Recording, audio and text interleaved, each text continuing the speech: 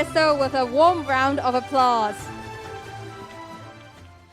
So I'm going to give you guys an overview of what HKEX is actually doing at the moment. So moving forward, 2 more slides. Okay, backward, 1 more, sorry. Yeah. We all experience the effect of severe climate change. And carbon play an important role in the net zero transition journey. So carbon direct capital from the financial sector into projects. And for HKEX, we want to lead the development of an international carbon marketplace in Hong Kong, mainland China, and beyond. So what are we doing right now? So I'm going to walk through some of the journey that we're taking in the carbon space. Number 1, this is what we're doing right now. We're building a presence in voluntary carbon market. A lot of the speakers talk about a core climate. So we established a core climate earlier in the month, and the goal is to build up a presence in the voluntary carbon marketplace. We want to create differentiator to our offering, and we want to connect China with the rest of the world, leveraging HKEX China's strength. And last but not least, as an exchange, we understand network bring network, flow bring flow. And we hope that with the launch of Cloud Climate, we'll be able to create a lot more opportunity through this network and alliance. Page forward. So where were we today? Today, we are operating in a little bit nascent carbon market. Europe is a bit more mature than Asia, but Hong Kong and China is still developing at the moment. China announced the national market last year, and a lot of the provincial markets will be focused or consolidated into the national exchanges. But right now, it's still at the early stage of these development. Hong Kong, we don't really have a mandatory market at the moment, and we can participate in the voluntary carbon marketplace. But right now, the global voluntary market space is full of frictions. When I say frictions, the lacking of harmonized standard, lacking of transparency, counterparty risk, all these friction exist in the carbon market right now. And HKEX, we know that in order to create a vibrant market, we need a mechanism for price discovery, we need transparency, we need investor to trust what they invest, have credibility in there. So today, the market is very nascent, but what we know of is from now until 2030, there could be exponential growth in the space. As we march towards the 2030 net zero journey and 2050, real net zero. 2030 is the peak emission, and then 2050 is the net zero. As we march towards 2030 and 2050, there are a lot of studies. There could be a carbon gap as big as 35 gigatons in 2030. And in order to keep the emission path to the 1.5 degree that we talked about earlier, a lot of the investment will need to be channeled into the carbon market. So with all these, we know the exponential growth. We know that today is nascent, and HKEX also have this China factor in there. China right now could be one of the largest, one of the few largest emitters in the world, and then the China ETS market could also be one of the largest in the world as well. So with all these, we know that from now to 2030, there are a lot of work that needs to be done. HKEX, and I say HKEX, but also Hong Kong, have a lot of role to play. And Hong Kong is actually very well positioned to capture these carbon opportunities and help the world transitions into net zero. So what does Hong Kong have? Hong Kong have a very respected global market, robust infrastructure, internationally aligned regulatory regime. And also Hong Kong is part of the Greater Bay Area. We can play a big role to help China to facilitate the 2030, the 2060, or in Hong Kong, the 2030 and the 2050 journey. The other thing is Hong Kong have a very good track record and credibility to attract capital into various investment. Hong Kong also, many of the organizations have also signed up for the Net Zero Pledge, and HKEX itself, we have actually signed the Glasgow commitment for ESG to net zero.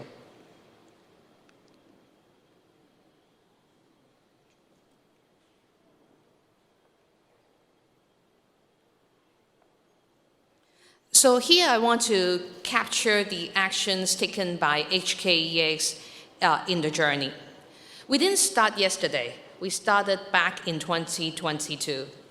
As many mentioned, we have the cross-agency steering committee that was 2022. But even earlier than that, we've actually signed an MOU with the Guangzhou Emission Exchange back in March 2022.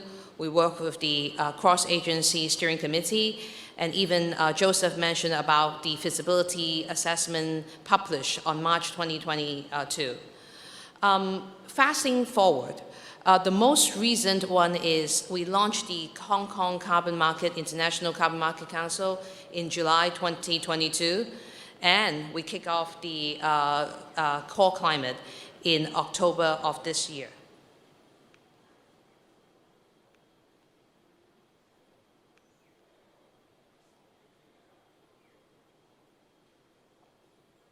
So what is Core Climate? Core Climate is a carbon marketplace that connects capital with climate-related product and opportunity in Hong Kong, mainland China, and beyond. We aim to provide an easy access, one-stop integrated carbon marketplace that includes trading and settlement functions for corporate, investor, project owner across the climate value chain, contributing to the realization of global carbon neutrality goal.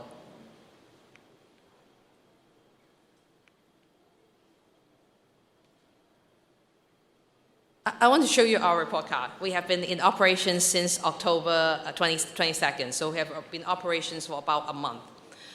So the carbon marketplace currently offers Hong Kong dollars as well as renminbi. So our report card for this 1 month is we have completed more than 40 trades in the system, on the platform, and totaling around 400,000 tons of carbon credits. We have more than 20 participants signing up to the platform. And right now, we're still in the middle of signing up more participants onto the platform. We have right now approximately over 30 projects on the platform as we speak.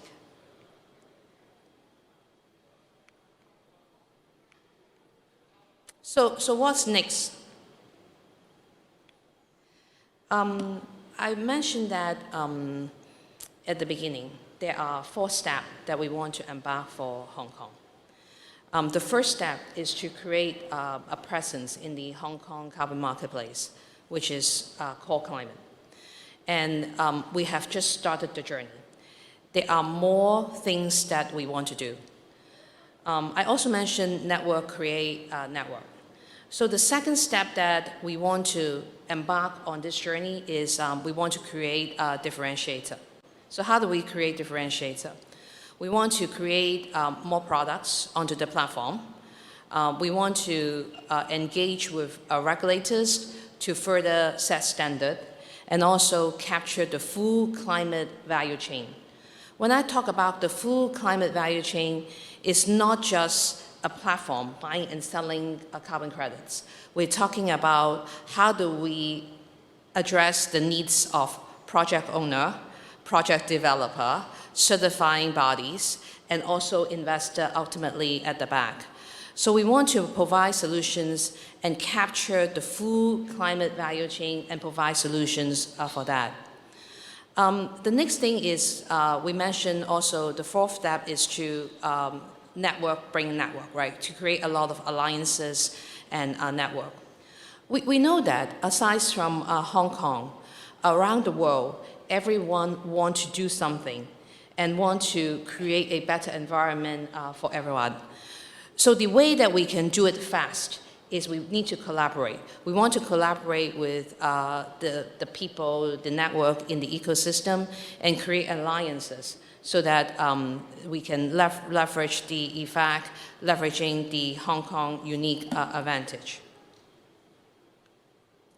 So that's all what I have for today. Thank you very much.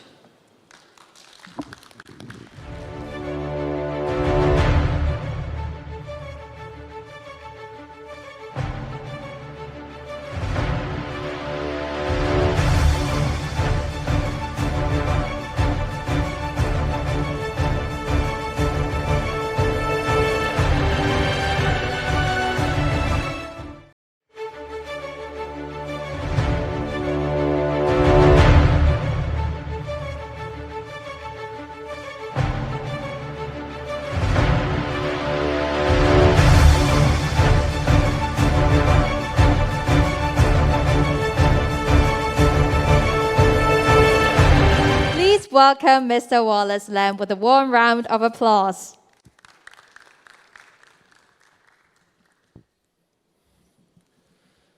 Good morning, ladies and gentlemen, Dr. Suhanji, Dr. William Yu, Dr. Lam, Dr. Yip, Ms. So, as well as Dr. Ao and Dr. Yu Tai Sang. Ladies and gentlemen, honorable guests, good morning. It's really a pleasure. It's really a pleasure, for me to be here to talk about my favorite subject, which is sustainable banking, as well as which is sustainable banking as well as net zero initiatives, and what DBS is doing to further the decarbonization agenda. So, people ask, why is DBS and me so involved in sustainable financing? I'd like to point, to the fact that obviously there is the Paris Agreement, which 196 parties signed up to, back in 2016. And in which China and Singapore were two of the countries that actually agreed to sign this agreement, which is legally binding, by the way. And there's a lot of science behind it. Okay, so with the Paris Agreement, the agreement basically is to reduce carbon emission so that global warming is contained well within 2 degrees Celsius, and preferably within 1.5 degrees Celsius from then onwards. And obviously from our perspective as a bank, we feel that this is something that is socially responsible, and as a financial institution, it is actually within our rights to do the right thing and inspire others to work together with us in this journey. It's also important for us to manage risks. And obviously, if you can, dial the clock backwards, right? Back in the days when, the combustion engine was invented, right? So if you're a bank and banking a client that is doing a lot of horse carriage or horse harness, hey, you know what? That company may not be around for too long, because there's a combustion engine, there's the automobile being invented. And now, we are actually at the crux of seeing another industrial revolution, right? Some of the old economy or old economy type companies, may actually be facing very different business dynamics going forward. And we need to manage that because there is actually credit risk, and transition risks involved. And of course, we see business opportunities. And by being a leader in sustainable financing, we can attract a lot of companies in talking to us, in working with us, in this decarbonization journey. And that obviously you bring in additional business for the bank. And as a bank, what we have been doing is, we need to make sure that we do the right thing ourselves. So we have been reducing emissions from our own operations. In fact, we have already achieved a net carbon zero for DBS Bank by right now in 2022. And we're also working with our customers to minimize greenhouse gas emission.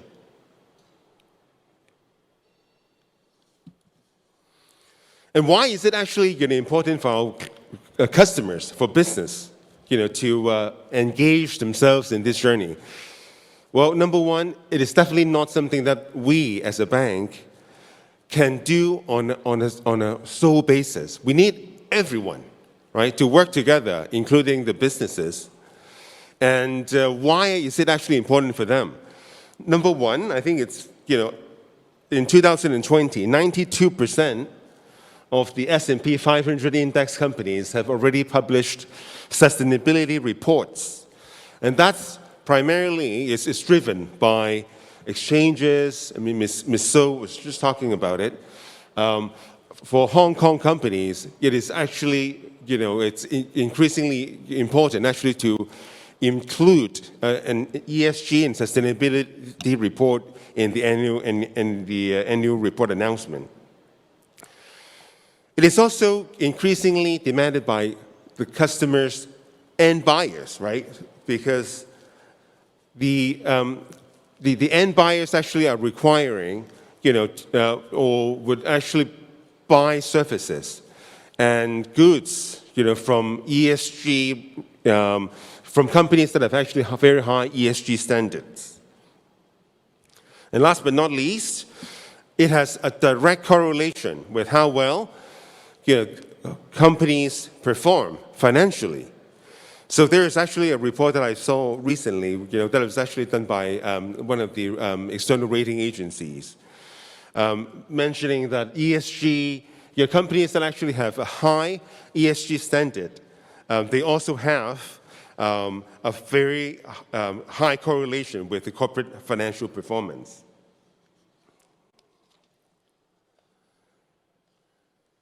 And why is it? Why is it that way? I mean, we talked about top-line growth because customers actually are increasingly demanding, from the service providers or manufacturers of the goods that they buy that have very high level of ESG standard. At the same time, companies that have high ESG standard can also lower the energy consumption and lower costs in terms of productions. Our regulators, as well as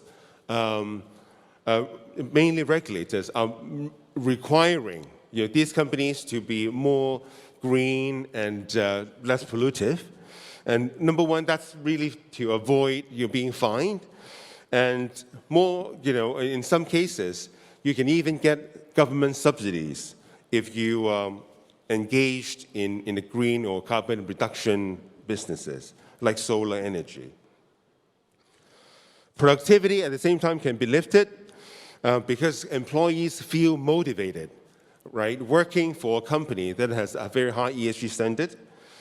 And companies, like these can also attract and retain talents, right, that actually see this as an important factor to choose, in terms of choosing employees. And last but not least, it's very important to, especially if you're a company that is looking to invest money into your business, not only to satisfy today's standard, but because these standards, regulatory standards, are getting increasingly tight. So it's very important to invest into long fixed assets that not only can satisfy today's standard, but that can hopefully satisfy standards 5 years down the line or even 10 years down the line. And opposite is true for, the opposite is actually true for companies with weak ESG propositions, which I'm not going to go into. So for DBS, right? Obviously, DBS is the largest bank in Singapore, but we're also the 4th largest corporate bank in Hong Kong, and we're fully committed, to Hong Kong and China. We are the first Singapore bank amongst 100 banks globally to sign up the Net Zero Banking Alliance, and what that means is that we are fully committed to transitioning the operational as well as the attributable green gas emissions in terms of our lending and investments. We are also committed to annually publishing our absolute emissions and emission intensity in line with the best practices. And we are also committed to taking a credible approach to the usage of carbon credits and offsets in transition plans after prioritizing mitigating measures.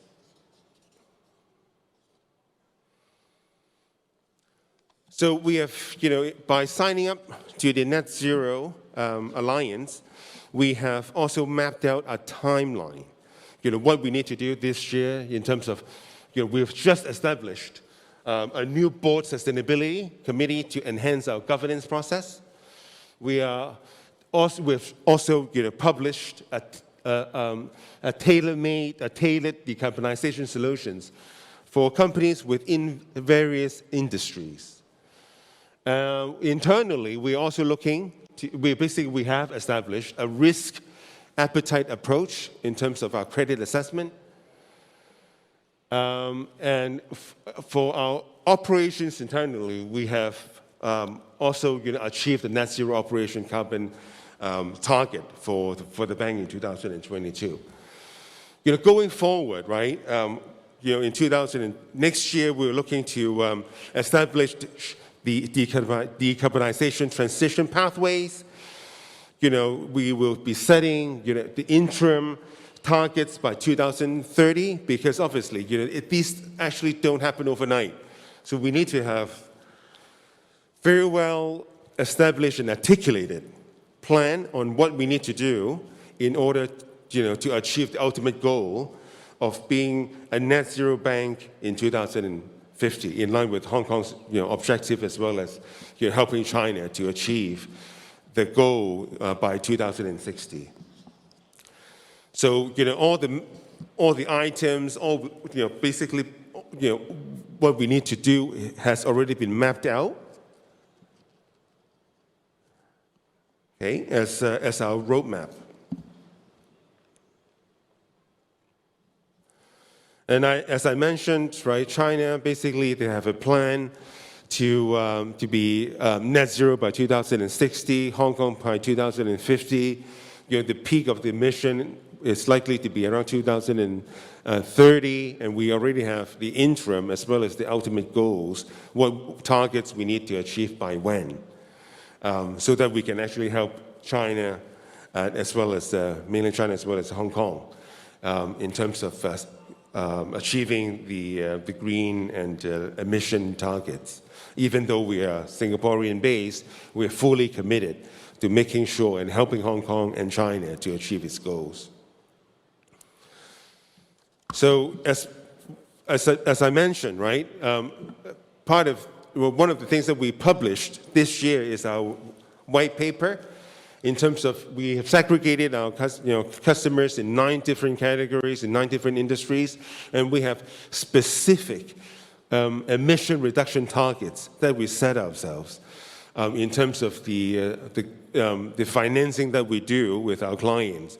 These financing, we need to demonstrate a reduction in carbon going forward, right? So I'm not going to go into a lot of details because of timing, what these specific carbon emission targets are, for these industries. But we are definitely seeing a clear path to how we can actually achieve that by our interim targets in 2030. We'll be working closely with our clients, okay, should they require our help, to create and strengthen and achieve the net zero plans.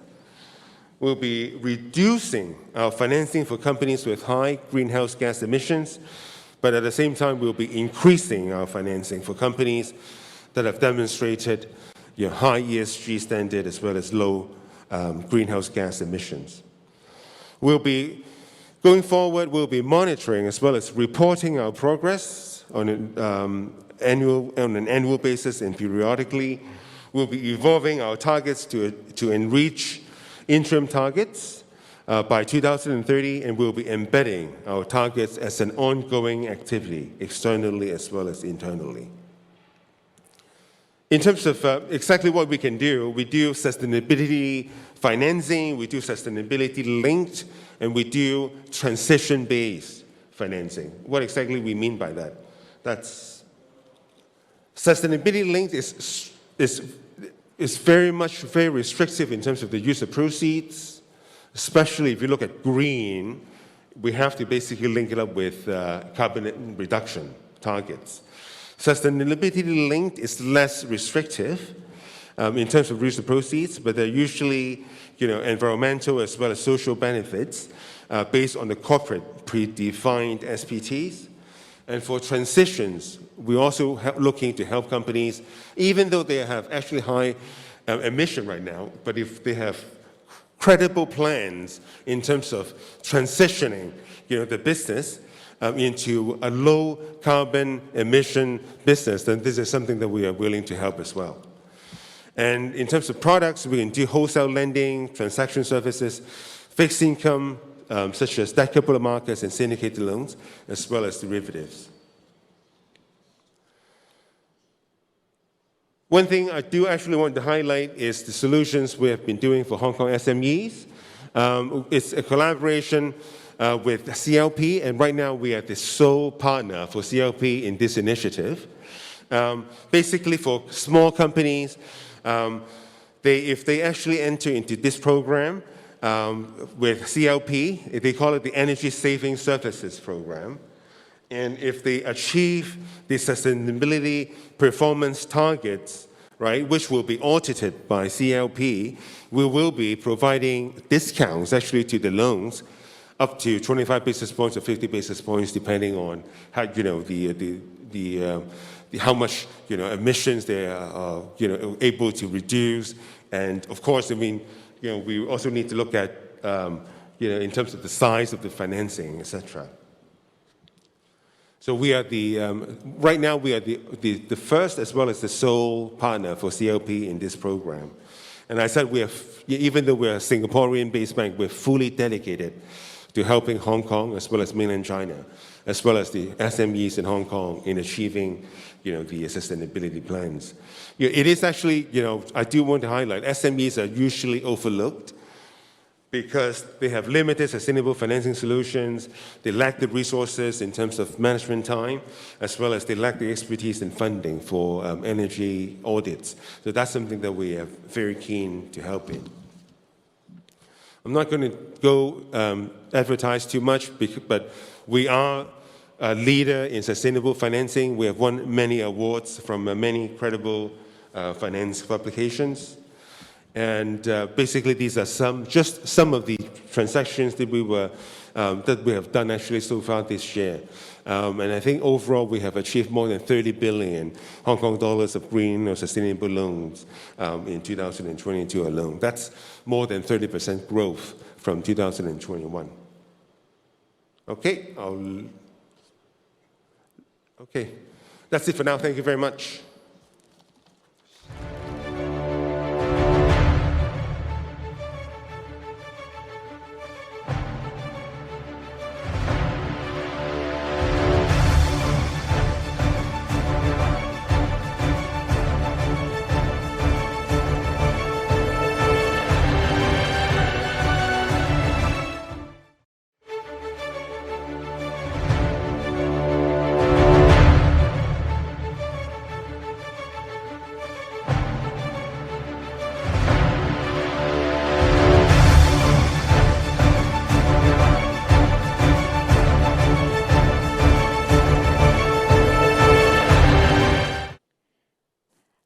gentlemen, our next sharing session will be on carbon trading development in China, and it's brought to us by our next speaker, Mr. Fan Dongxing, Deputy Director, National Carbon Market Operations Center of Shanghai Environment and Energy Exchange, who is joining us online today.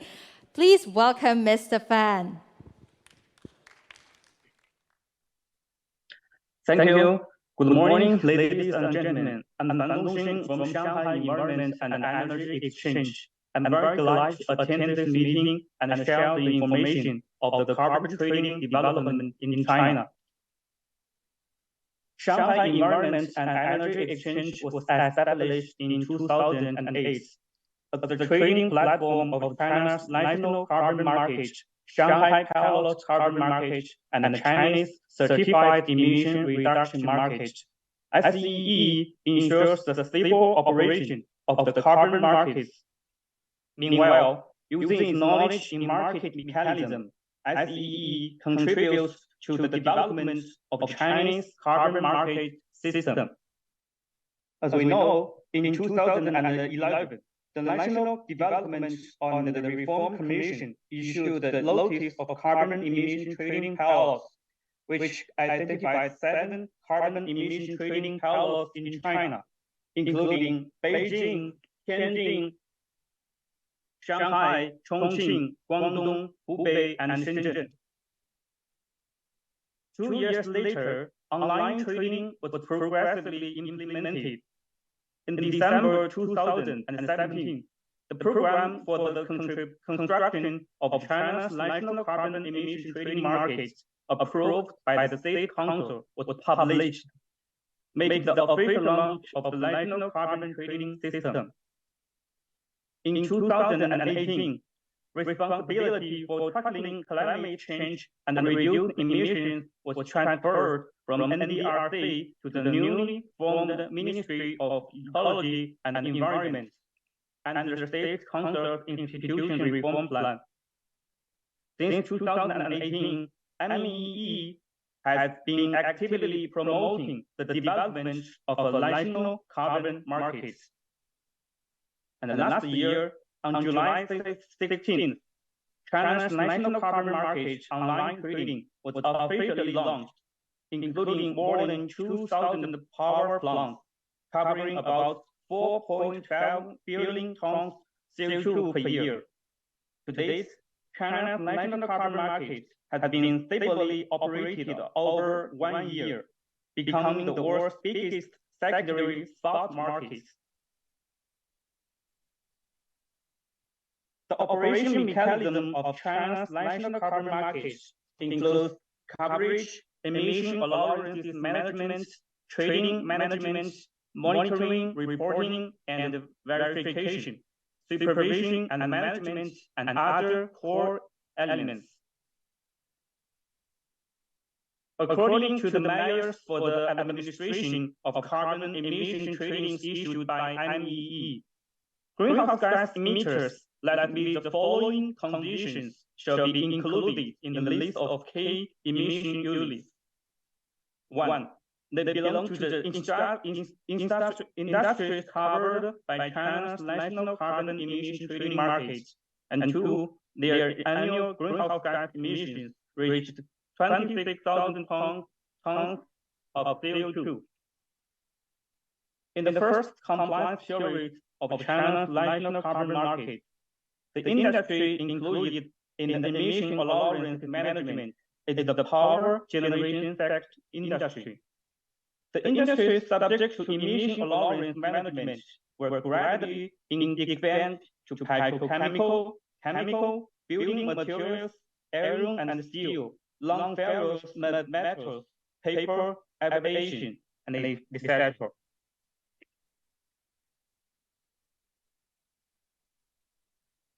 In December 2020, MEE issued the implementation plan for setting and allocating the total volume of emission allowances for 2019 and 2020. The plan stimulated that all emission allowances were allocated for free on a trial basis, and the adopted to calculate emission allowances of key emission units. Carbon emission allowance should be mainly allocated free of charge and paid allocation. Carbon emission allowance should be mainly allocated free of charge, and paid allocation could be introduced in due course according to relevant national requirements.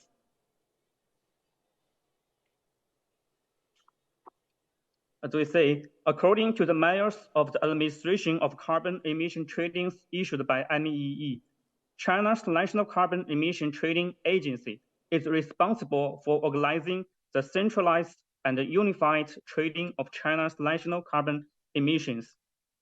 On May 17, 2021, MEEE issued the trials rulers for carbon emission registration, trading, and settlement, clarified that Shanghai Environment and Energy Exchange shall undertake the specific work of accounting, of opening, operation, and maintenance of China's national carbon emission trading system before the establishment of China's National Carbon Emission Trading Agency.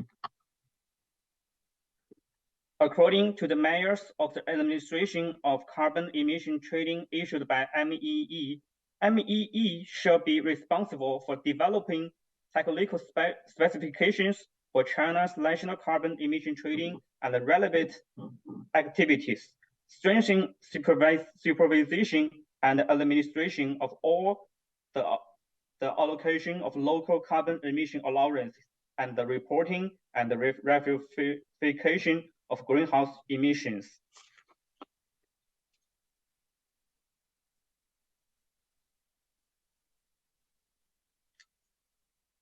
As of October this year, China's national carbon market has been running for over 300 trading days, overall 200 million tons of CEAs with a total turnover of Chinese yuan 8.8 billion.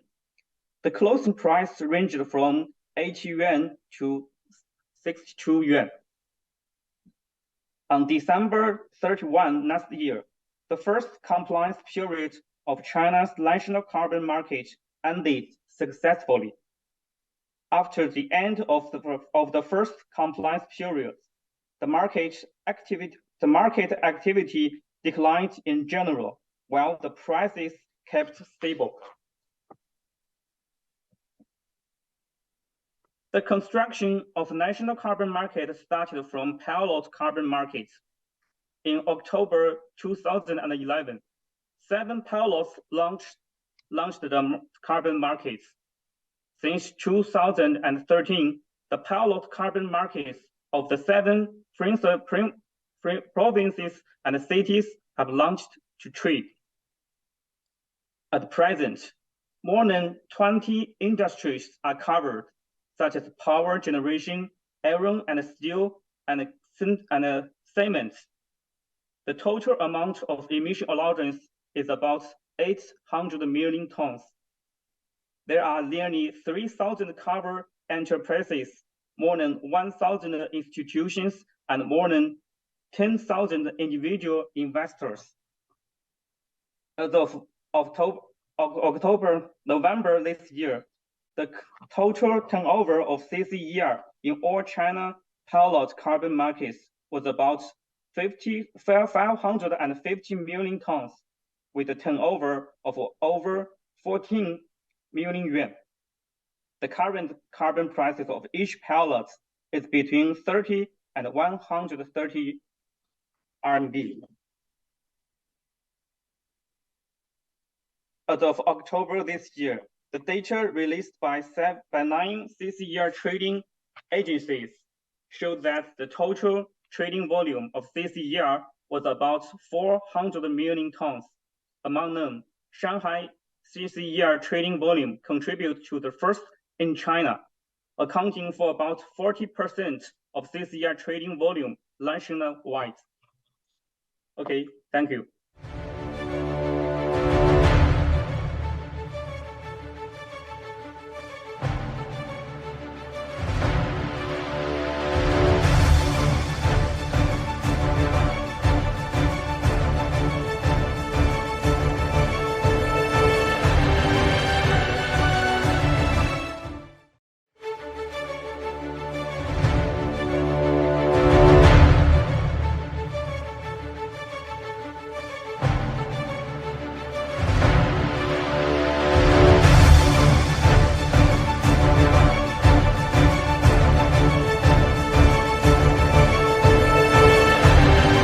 Ladies and gentlemen, we will now proceed to our first panel discussion this morning. The topic is development of carbon trading and certification standards.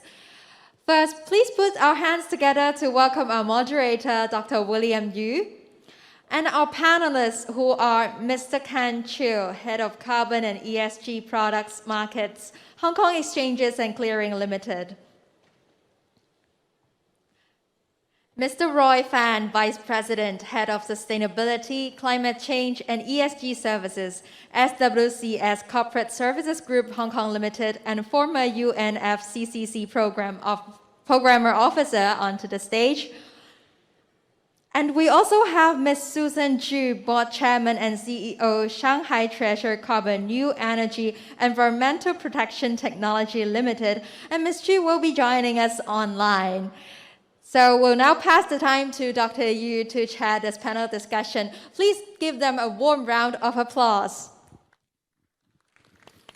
Thank you. Yeah, very welcome, and also our best regard to Susan, who is in Shanghai. Hopefully you can make it in person next year to talk to us in Hong Kong. Okay, so we are very honored to have Ken, Mr. Chiu, the head of carbon and ESG products from Hong Kong Stock Exchange. Maybe we are all very interested about core climate. What role and position Hong Kong can play in order to promote the carbon trading and how it contributes to combating climate change. Sure. Thank you, William. Very honored to have a chance to share with you some of our work in core climate.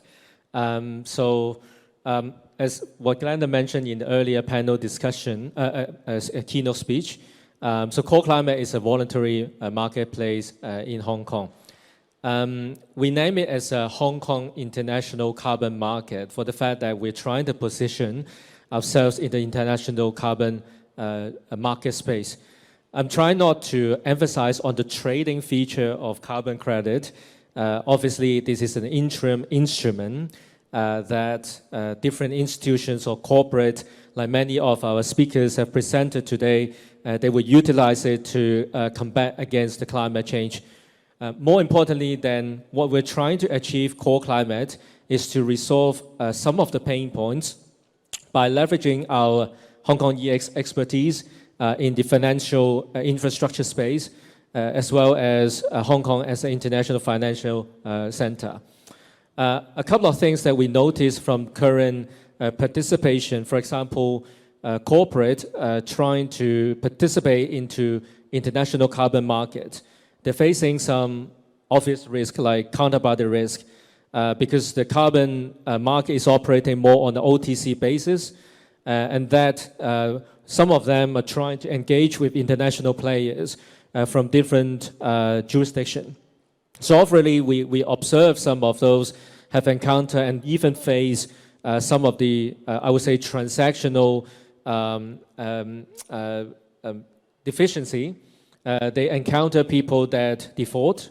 They can encounter people that deliver non-quality carbon credit. So obviously, one of the things we try to resolve from international space, which provide a platform that enable different players and participants to come into this place, and we try to mitigate the counterparty risk. It's a very simple function, but I think it's very useful. That's one. The second one is we were trying to divert the resources, especially capital, to the projects with capital needs. So obviously, those are the projects related to forestry, renewable energy, and so on. It might not be totally addressed in the carbon space, but obviously that could be addressed at least partially, that some of the capital resources should be channeled to those areas in order to facilitate the development of those projects, and so that the buyers or the user of the carbon credit can engage with quality projects and the carbon credit with integrity. I think those are the two key things that we are trying to achieve. One last point I would love to mention, as I mentioned, we're trying to position in the international space. So we leverage Hong Kong as an IFC to do so because it will become one of the backbone trying to engage the network. It's a different network that we never encountered before. And then obviously we have a role to play to bring all this together. William. Maybe I have some follow-up questions. Do we need to stick to some kind of standards established in international market in terms of trading? Say, for example, we have TS, VCM, this kind of standard. Yeah. In terms of certification for the carbon credit, we have FERA, we have gold standard, as well as we also have CEA and CER in mainland China. Yep. Yep. It's a super relevant question because when we are doing and implement this marketplace, we always need to strive a balance between HKEX as a quasi-regulator in the market.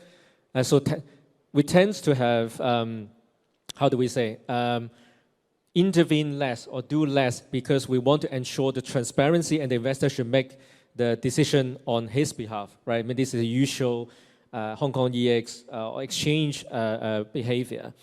However, I think carbon market operate in a slightly different manner that we always emphasize on the environmental attribute, which is not very financial. So like what William mentioned, when we offer the product, one of the key criteria is we offer carbon credit from the international recognized standard for now, like VCU, like VERA. Down the road, of course, we want to expand into other standards, including those what you mentioned. And also, we're trying to see what we can do together and collaborate with the national scheme in China on the voluntary space. But all in all, we have our own set of criteria in terms of what sort of carbon credit can be shelved so that we can kind of ensure that when participants acquire the carbon credit, it will be quality, credible. And of course, we also have a mechanism to check the carbon credits is intact, like never retired before, because those are some of the points addressed in the like VERA. There are occasions whereby carbon credit has been retired but trade in the secondary marketplace. So we're trying to have a little bit of different measures to ensure those kind of integrity. Thank you, thank you. Okay, so we have a basic understanding about the carbon trading platform in Hong Kong. Now we move to another platform of the largest, I would say, kind of ETS, emission trading scheme in the world. That is China. Okay, they have one of the largest trading scheme in the world. Last year in Shanghai, over 2,600 coal-fired energy utilities, they start the carbon trading under the arrangement of CEA. So we are quite interested to know about the current status of Chinese carbon market. And also, can Susan, you help to make some comparison to the EU ETS, the European market? I think they have gone through 4 stages of development, much more mature in certain sense. So how is the development of China carbon market?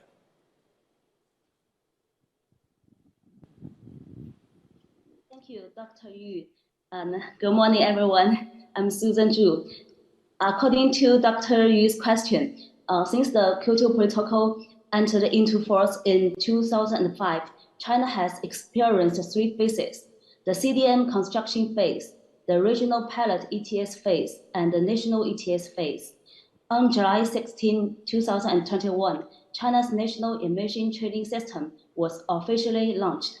The ETS regulates 2,162 enterprises from the power sector and is estimated to cover more than 4 billion tons of CO2. Wuhan and Shanghai are responsible for the ETS registering and the trading system. The current available product is CEAs, and the emission allowances is allocated for free. Market participants are mainly compliant enterprises, and the trading methods, including transfer by agreement, single-sided auction, or other methods in accordance with the regulations. Covered entities can use CCERs to offset for up to 5% of the verified emissions. Entities regulated by the national ETS will no longer participate in the regional carbon market. Since then, China has ushered in an era where the national market and the regional pilot market coexist. China's carbon market is still in its initial stage. Therefore, by comparing with the EU ETS, China's carbon market should be in the EU ETS first phase of development. Specifically, the Chinese carbon market has the following characteristics. First, market construction. As a unified market, the EU ETS has been in continuous operating for nearly 20 years since its established in 2005. China initially participated in the international carbon market as a CDM project developer and the CER seller. After 8 years of exploring in the pilot market, China officially opened its national carbon market in last year. Second, allowances allocation. Since the EU ETS has moved forward into the fourth phase in last year, auction has become its main allocation method. On the contrary, in China's carbon market, whether it is regional or national leveled, free allocation is still the main form. So far, only 6 pilot markets has offered a small portion of their cap allowances for auction. For example, Guangdong has allocated 5% of its total cap for auction in last year. Third, allocation method. The EU ETS changed its allocation method from the historical output to the benchmark method in the third phase, but China chooses different allocation methods according to the industry data characteristics. For industries with good quality database and a single product, for example, power and cement industries, the benchmark method is mainly adopted. At present, China national ETS only covers the power sector, so the cap is allocated by benchmark. Fourth, cap allowances. The EU ETS cap allowances has been reducing on a yearly basis and reached 1.6 billion tons in 2021. And the annual linear reduction factor has been adjusted to 2.2% in the fourth phase. China's cap is set at 4.5 billion tons for the national ETS last year and is expected to rise further after more industries being covered in the future. Fifth, covered industries. The EU ETS initially covered power plants, cement, steel, and other energy-consuming industries and has expanded to road transport, construction, and internal shipping in the fourth phase. China's national carbon market currently just regulates power sector. It is expected to cover petrochemicals, chemicals, building materials, steel, non-ferrous metals, paper, and domestic aviation during the 14th five-year plan period. 6. Covered greenhouse gas. The EU market now covers CO2, NO2, PFCs, while Chinese national carbon market only covers CO2. 7. Participants. The EU ETS allows regulated enterprises and various financial institutions to participate in trading. The Chinese carbon market, the Chinese national carbon market's main participants are compliant entities and qualified institutions only. 8. Available products. Based on its strong financial attributes, the EU ETS has launched both spot and future products at the beginning of its establishment. In contrast, although Guangdong has made its initial exploration on the futures over carbon emission, Chinese carbon market is still dominated by spot products, and the Chinese carbon finance has just took off. Thank you. Yeah, very detailed. We can see the difference, especially in the stage of development between two markets. Okay, now is the question for Roy. Do you foresee any changes or convergence of different carbon credit certification standards? We have a very big market in China. We also have a developed, mature market in Europe and the States. So how do you see the interaction in the future? Good morning, everybody. Thank you, Dr. Yu, Susan and Ken for kicking off with the discussions. Yeah, this is a very important question, because we cannot see carbon. Yeah, when you buy something, you want to see it, you want to feel it. So it is important that you know what you are buying. So, and as already mentioned by HKEX in the morning, there are so many different standards. The VERA, the gold standard, the CDM, and the various sub-nation or regional standards. I think, yes, the Paris Agreement has made revolutionary changes. Before it was Kyoto era, when all the burdens are put on the developed countries, like the EU, Japan, Russia, Asia, Australia, and the US. Of course, the US dropped out. At that era, all the burden for reduction rests with the developed countries. So it's a kind of, I would say, not like now, the Paris Agreement. We enter into a different era when everybody can contribute. It's called now the nationally determined contributions, right?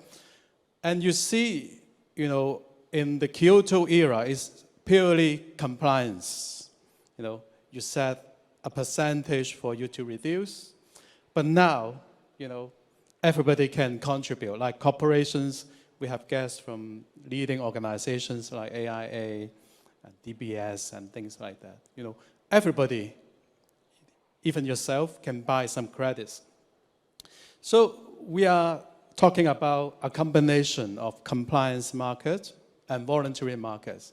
And you have various different certification requirements.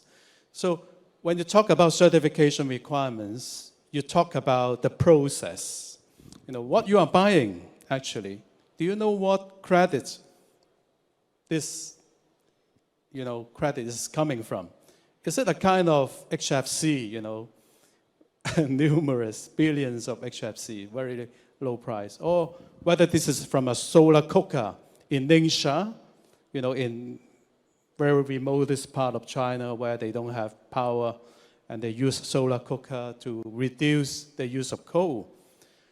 We have a range of carbon credits which the values are very different.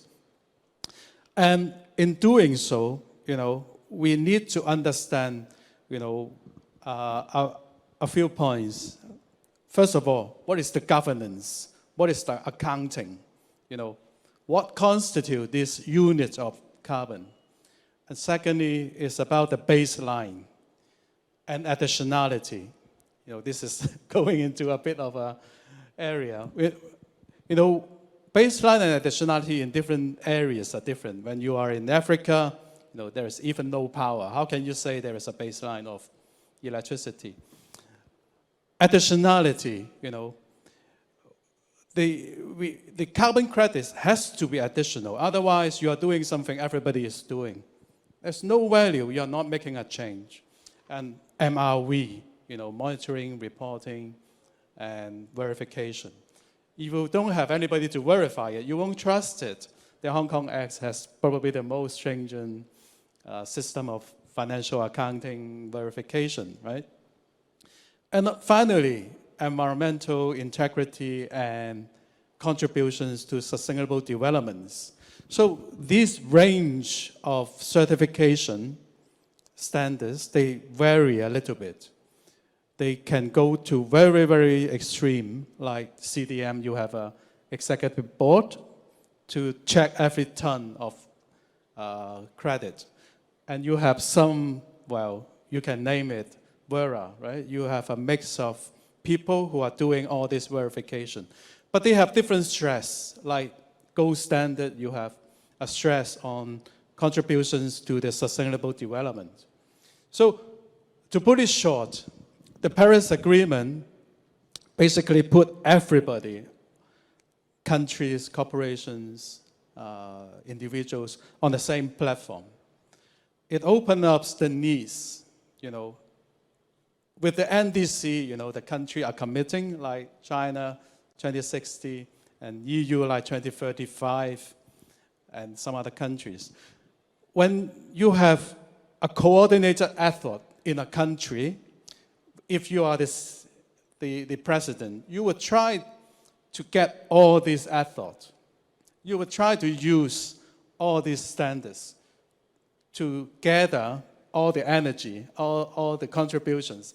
So what I can see is, yes, at the end, after talking so long, yes, all these standards will come together. It's basically, the governing body's will to have all these contributions. So it's coming together. The latest COP27 is a further development of the COP26 when the rule books are agreed.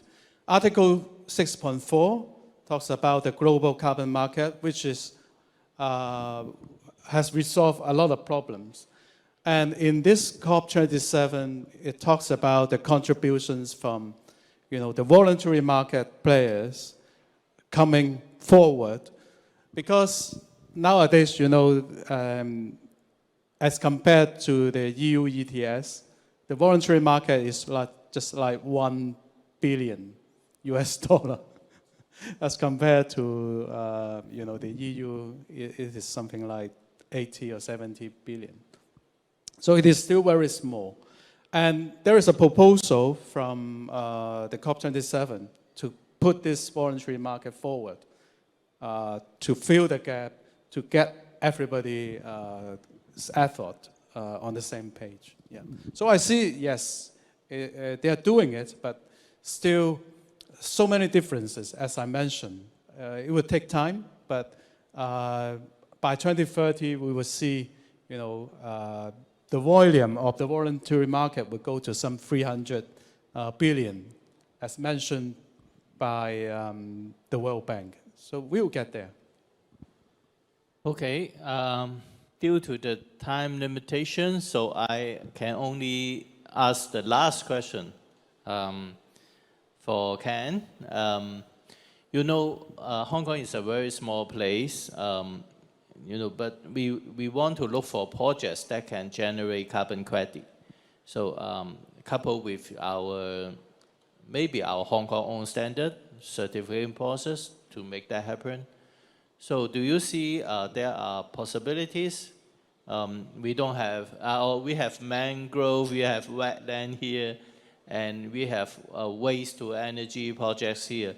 Are they possible? It's a tough question. For Hong Kong, I agree. I think the city is pretty small.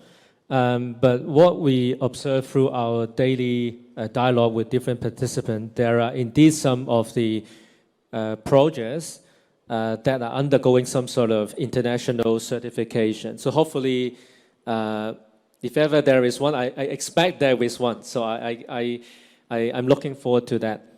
But more importantly, there are involved a couple of further questions that we can think about it later on.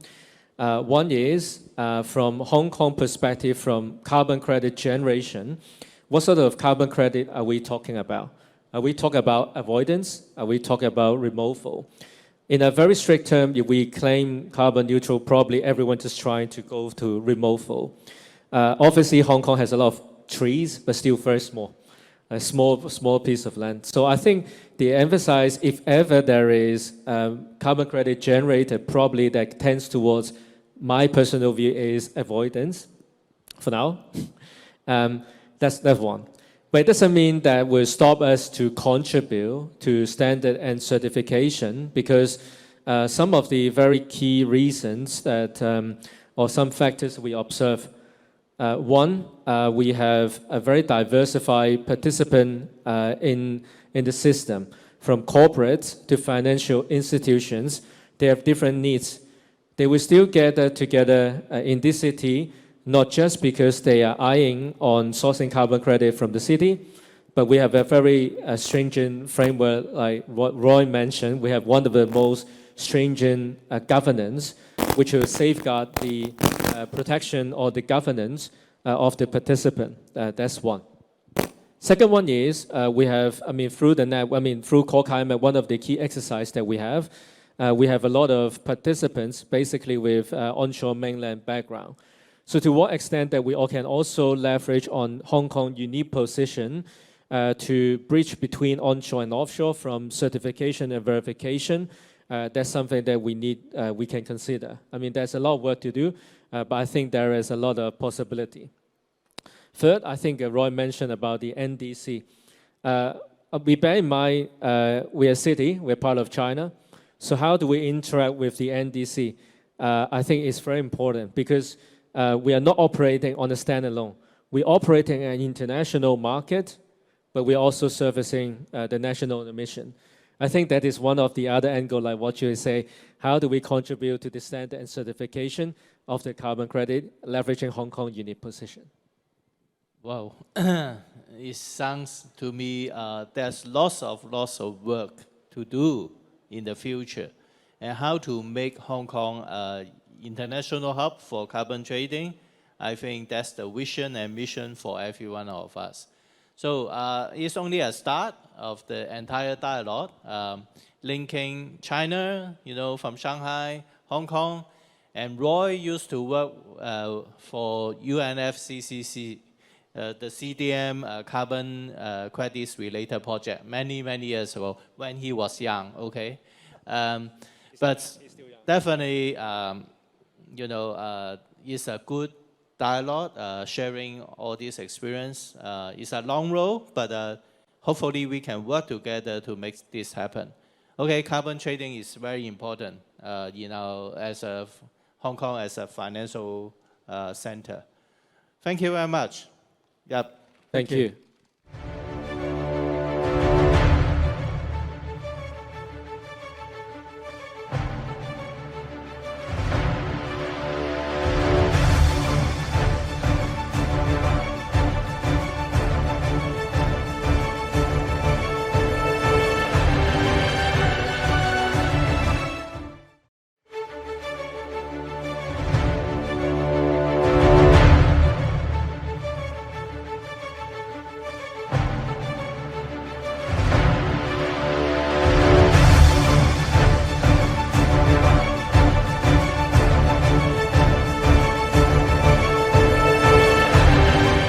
Gentlemen, please now put your hands together to welcome Mr. Elgar Fong, Chief Executive Officer, AIA Hong Kong and Macau, who will be speaking to us on driving sustainable insurance. Mr. Fong, please.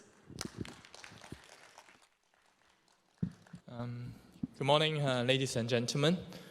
Thanks for having me here this morning to share with you how AIA, as an insurer, drive sustainability. Sustainability is indeed a complex but extremely important topic. To us, as an insurer, we believe insurance inherently lends itself to benefiting the society.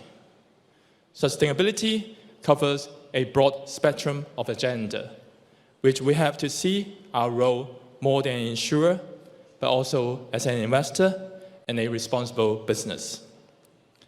AI's purpose is to help millions of people in Asia live healthier, longer, better lives. We deliver this ambition by contributing to building a healthier planet and a healthier communities in this region. We announced the launch of our ESG strategy in 2021, built around 5 core pillars: health and wellness, sustainable operations, people and culture, effective governance, and sustainable investment. Identifying these 5 pillars was a significant milestone for AIA's sustainability ambition, as it allows us to further integrate important ESG factors into our strategic decisions, while also better aligning our actions with our purpose at all levels of the organization. As the largest pan-Asian life and health insurer, we have an enormous responsibility to help address the significant challenges the region is facing, and take a leading role in contributing to its sustainable economic and social development. In 2021, AIA became one of the largest life and health insurers in the world to commit to achieving net zero greenhouse gas emissions by 2050. To support this pledge and establish a clear roadmap for reaching this goal, we also committed to the Science Based Targets Initiative, a globally recognized body to help business to set verifiable and transparent emission reduction targets, in line with the latest climate science. Under the pillar of sustainable operations, we take a critical look at reducing our carbon footprint across our premises, leveraging technology to improve efficiency and reduce waste. 100% of new buildings and redevelopments of the AI Group are green certified. Take AIA Central as an example. The building got LEED certification. Compared to 2018, there has been a reduction of greenhouse gas emissions per AIA employees by 53%. In Hong Kong, as we accelerate our digital transformation, such as e-adoption of our buy, service, and claim transactions, has led to saving over 230 million pieces of paper over 3 years between 2018 and 2020, which has taught us 125 blocks of AI Central when we stack it all up. Today, nearly 100% of insurance applications and almost 90% of claims are handled via digital platforms. All businesses can play an active role in achieving carbon neutrality in their daily operations. However, for an insurance company, we are in a unique position where we have tremendous influence via sustainable investment, which is also one of our strategic ESG pillars, and what I'm going to share with you more today. AIA has more than 250 investment professionals, 13 local investment teams on the ground, more than $253 billion in total investment assets as of end of December 2021. Embedding ESG best practices within our investment processes is a fundamental part of who we are and how we operate. Our sustainable investment pillar draws on our size, expertise, and robust investment governance framework. And as a major asset manager and owner in the region, we can leverage our combined scale and influence towards building a more resilient future. Our investment strategy reflects our belief that ESG principles underpin proactive risk management and help deliver sustainable risk-adjusted returns. Markets are increasingly aware of the potential risk and value impact of ESG factors and their effect on profitability and investment returns. As such, we understand that to create long-term stakeholder value, ESG consideration must be managed and mitigated. As a large asset owner, we work with many third-party investment managers who manage and invest our general account assets on behalf of AIA. During the due diligence process, we put strong consideration on the ESG practices adopted by the investment managers. We review the approach to both ESG engagement with investee companies and the assessment of ESG factors for investment decisions. In 2021, we designed proprietary ESG rating scorecard to embed ESG considerations to complement the fundamental analysis conducted by the AIA's research team. The scoring is based on a number of weighted factors and material themes, together with a number of industry-specific factors and with independent points of reference by external data provider. Under a five-grade scale from A to E, with A being the highest grade, it quantifies the assessment of ESG risks and opportunities in our investee companies. As we look more closely about carbon asset management, we have taken a phased and methodological approach to addressing our investment in carbon-intensive sectors, since confirming our support for the Paris Agreement in 2018. We had complete divestment of directly managed listed equity and fixed income exposure to coal mining and coal-fired power businesses, 7 years ahead of our planned schedule. We are one of the first Asian asset owners to carbon footprint their equities investment portfolio in 2019. Our directly managed listed equity portfolio has seen a decrease of its carbon intensity by more than 31% since 2018, due to our ambitious efforts to divest from the coal mining and coal-fired energy sectors. At the same time, our investment in renewable energy rose from $406 million in 2020 to $1.6 billion in 2021, an increase of 293%. We also doubled our total investment in ESG bonds to $3.6 billion compared with $1.8 billion in 2019. As of 2021, AIA has over $5.2 billion invested in combination of renewable energy, green bonds, social and sustainability bonds, with plans for this to grow materially in the years ahead. AIA will continue to monitor the carbon footprint of our portfolio going forward, expanding to include other asset classes. We'll also use this data to assist our research analysts with market sectorial comparisons and raising awareness of risks such as those posed by potential carbon regulations in our markets. We have also strengthened our investment governance structures last year. One initiative is establishing a dedicated pool of investment ESG subject matter expertise called Investment ESG Center of Excellence. Over the course of 2021, more than 45 external articles and reports have been circulated by this body to the AIA investment community. AIA is crucially aware of the need to provide sustainable financing within and across the communities where we operate. Through the mobilization, aggregation, and productive development of long-term capital, we play a crucial role supporting the development of capital markets.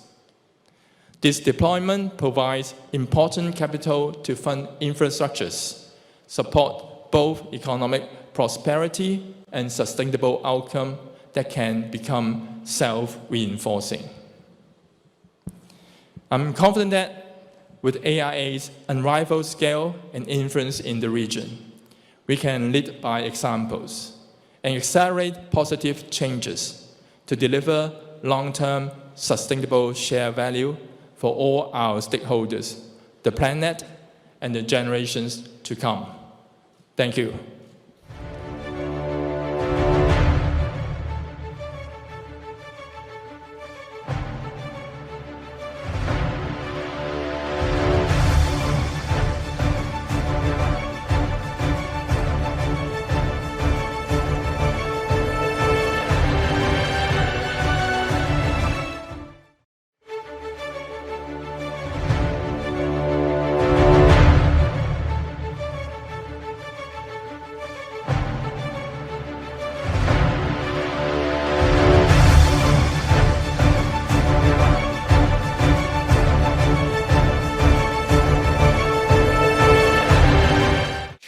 Investment and Innovation Division, ESGAP, onto the stage to give us a speech on Asia Pacific Green Deal for Business and ESBN Development.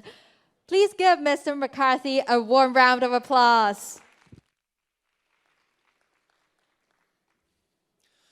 Okay, good morning or good afternoon, everyone, and thanks very much for being here.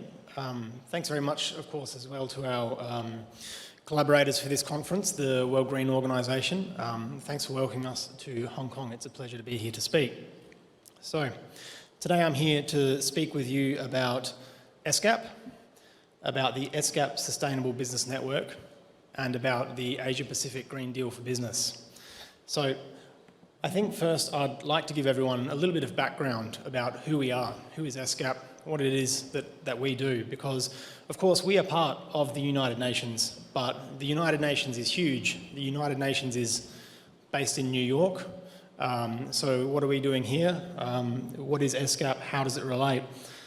So the UN, of course, has a number of functions. You know, it has the General Assembly, it has the Security Council, which are, you know, the big organs that everyone knows of.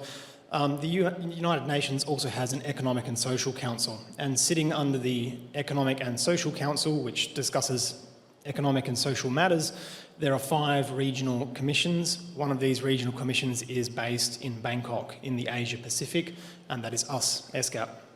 So originally ESGAP was formed in 1947. It was originally called actually the Economic Commission for Asia and the Far East, and it was based in Shanghai.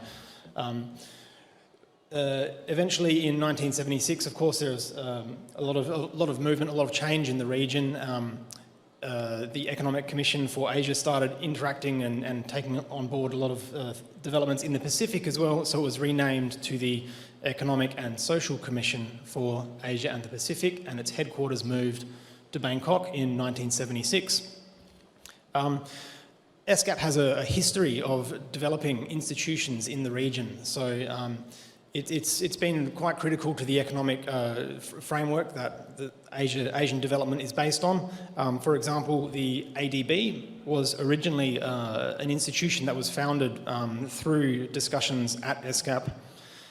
The Mekong Committee, later on the Mekong Commission, which discusses, you know, the Mekong Basin. This was also an initiative of ESGAP. Things like the Asia Pacific Trade Agreement is an initiative of ESGAP. So ESGAP is vitally important for institutional development in the region. It's made up of 53 member states, spanning all the way from Turkey right across to Tonga and Samoa and the Pacific Islands. In fact, because of course ESGAP counts China and India as its member states, because it has the Southeast Asian countries as its member states, about 2/3 of the world's population live in countries which are member states of ESGAP. So when you think about the reach that we have, it's really, we take on a lot of issues. ESGAP's work contains a lot of research and analysis. We cover areas like macroeconomics, trade, transport, environment, disaster risk, social development, energy, and statistics. So all sorts of economic and social matters. We have research, we do capacity building with our member states, so we offer technical assistance to individual countries that request it in areas where they think they need some assistance with policy development. But of course, importantly, ESGAP is an intergovernmental platform. So the work of ESGAP is set by our member states at a very high level. Once a year in Bangkok, high-level delegates of the member states come and meet, and they set the work program for ESGAP. ESGAP discusses, as a secretariat, we discuss with the member states what we've been doing in the region. So with that introduction of who we are, I now come to the ESGAP Sustainable Business Network. So what is the ESBN? Sometimes when I say that, people hear ESPN. Do you broadcast the American football and basketball? No, ESBN, the business network. So the ESBN is the principal method that ESGAP uses to engage with the private sector. originally created in 2004, so it's quite an old institution. It originally started as the ESCAP Business Advisory Council, so a council of businesses to advise ESCAP on what the private sector is doing. In 2012, its mandate changed a little bit, its activities expanded, and so it was renamed the ESCAP Sustainable Business Network. It's a network of people and a network of companies that are supportive of sustainable development. So at the UN, of course, and at ESCAP, everything that we do is focused on the Sustainable Development Goals. You will recall that in 2015, all the member states of the United Nations met and agreed on a new Sustainable Development Agenda. There are 17 Sustainable Development Goals. I'm not going to discuss them all too much, but of course this guides all of our work. And Sustainable Development Goal number 17 covers partnerships for the goals. So, of course, our partnership with the private sector falls under this Sustainable Development Goal 17. The ESBN seeks to drive business action to achieve better sustainable development outcomes.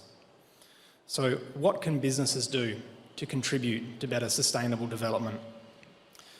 The ESBN is a forum for peer learning, and it's a forum for events, for discussions. The ESBN holds various events once per year. It has the Asia Pacific Business Forum, which is its flagship event. I'll mention that again a little bit later. The ESBN can also participate in ESCAP's intergovernmental discussions. So, as I mentioned, one of ESCAP's primary functions is a platform for intergovernmental meetings, intergovernmental collaboration.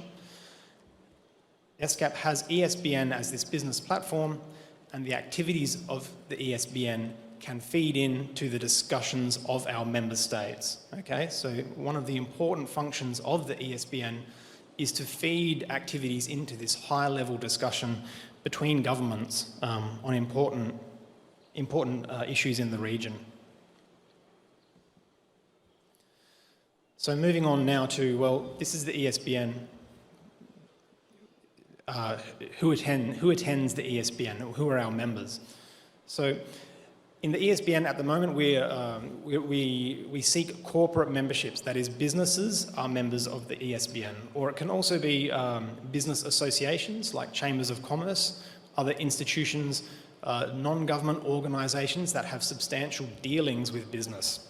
So we seek for corporates or for organisations to join the ESBN, but of course, who actually attends the meetings? Well, of course, it's hopefully CEOs or heads of sustainability, other people who are placed in companies or institutions that have a strong focus on sustainability, on sustainable development.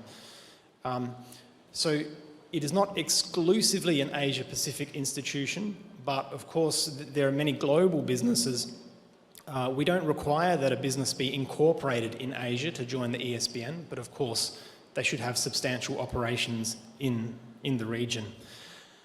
At the moment, the chairperson of the ESBN is George Lam, who spoke earlier today. I think he's familiar to many of you here in Hong Kong. So George Lam has been very helpful in giving us a strong base of support here in Hong Kong. And under the chairperson, of course, the ESBN is led by an executive council of 15 members. So the Executive Council meets twice a year to oversee the work of the ESBN and to discuss business perspectives on sustainable development issues.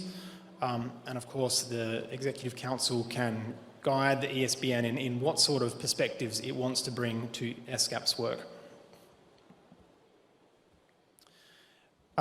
Membership. So membership is widely available. As I said, it's not exclusively for Asia-Pacific companies, although certainly most of our membership is. Businesses, representative bodies, chambers of commerce, NGOs, people who work with businesses. To qualify, there's no membership fee for joining the ESBN, but of course we want businesses that are focused on sustainable development. So to be a member, ideally, we would want businesses that are signatories to the UN Global Compact. The UN Global Compact is also a UN institution. The UN Global Compact is a global network of businesses. The UN Global Compact is similar to the ESBN in some ways, but is not attached to an intergovernmental body in the same way that ESBN is. So you can be a member of the Global Compact and, of course, a member of the ESBN. That's one of the key ways we would like to recruit companies. Businesses that are not members of the Global Compact can still join the ESBN. But we require that companies be signed up to or observing certain globally recognised environmental standards. So they need to make a case to us that they are committed to sustainability by fulfilling certain recognised standards.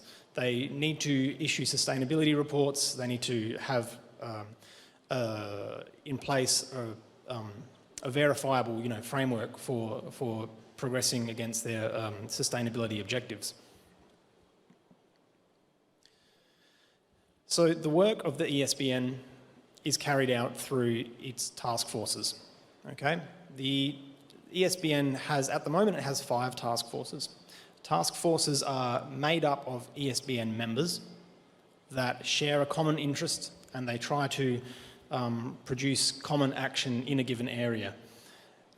So at the moment, the ESBN has these 5 task forces. They're sustainable and inclusive finance, digital economy, disaster and climate risk reduction, green economy, and youth and women's entrepreneurship. So these are groups of like-minded businesses in our network who gather together to meet. They set their own schedule and they direct their own initiatives and projects with some support from the ESCAP Secretariat. For example, the Task Force on Sustainable and Inclusive Finance has produced several publications on sustainable banking. We also had our disaster and climate risk reduction task force. They were pushing an initiative which was quite interesting for tsunami monitoring. They partnered with some shipping companies and businesses with maritime sector assets to put GPS trackers and put certain sensors on their maritime equipment, ships, for example, to monitor sea levels and monitor ocean data to improve on the state of tsunami monitoring. So these are the sort of initiatives that the task forces can drive. Anything that commits, that brings forward sustainable and social and economic development. The task forces that we have at the moment, I wouldn't get too hung up on them because I'm going to also discuss the Green Deal for Business, which is a new initiative, and we're going to reorient the task forces around 5 different areas. Okay, so now moving on. The Asia-Pacific Green Deal for Business is one of the things which we are really hoping to promote at this conference. So thanks again for coming to hear about this. The ESBN has recently agreed to this new initiative of the Asia-Pacific Green Deal for Business, an initiative of the ESBN, and the Asia-Pacific Green Deal for Business is a declaration. It was agreed upon at the Executive Council meeting of the ESBN in May 2022, and we just had a soft launch of this Green Deal at the Asia-Pacific Business Forum in August. So the Green Deal for Business is a call on businesses to commit and align their operational strategies with ESG principles. Of course, that's what we're here at this conference to discuss today. The Green Deal for Business is something businesses can pledge support for, and we want businesses to recognise that climate change is an emergency. We want businesses to commit to the Sustainable Development Goals and the Paris Agreement. These agreements have been agreed on by governments, of course.